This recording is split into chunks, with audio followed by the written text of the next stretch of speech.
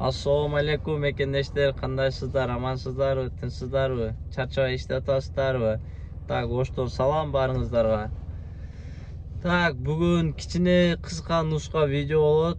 Кичине кайрылып кетейин деп чечтим. Жанагы ВКПка машина алат элем, анан кийин кайсыл парктан алсам болот, либо кайсыл жердики арзанда кандай дегендерге лучше азыр курс вообще түшүп кетиптир. Кыргызстандан кредит алдырып туруп, ал жака салдырып туруп, наличие акчага эле машинаны алып туруп, анан кийин ишти кылып туруп, кредитти бул жактан бул жака акчаңыздар жөнөтүп туруп төлөп алсаңыздар эң выгодно болот экен.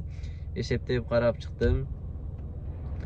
Ошону айтып коеюн деп чечтим. Анан кийин если кредит алсаңыздар, ушундай кылып жөнөтөм десе Москвага, бул жактан акчаны алып туруп, ал жерден банктардан эч качан эме сатып албаңыздар.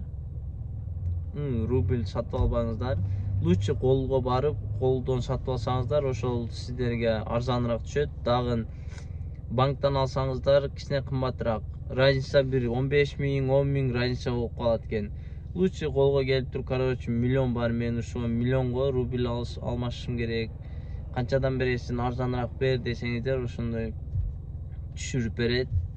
Ошондой кылыңыздар. Если туура келет турган болсо, азыр сонун момент болот, шанс, мындайча айтканда. Эсептеп карап, мындай кылып көрүңүздөр. Тынч болуңуздар, аман болуңуздар. Ушуну айтып коеюн дедим. Дагы жаңылыктар болсо, жана ушундай нерселер болсо, чыгып турабыз, бөлүшүп турабыз. Баарыңыздарга ассаламу алейкум.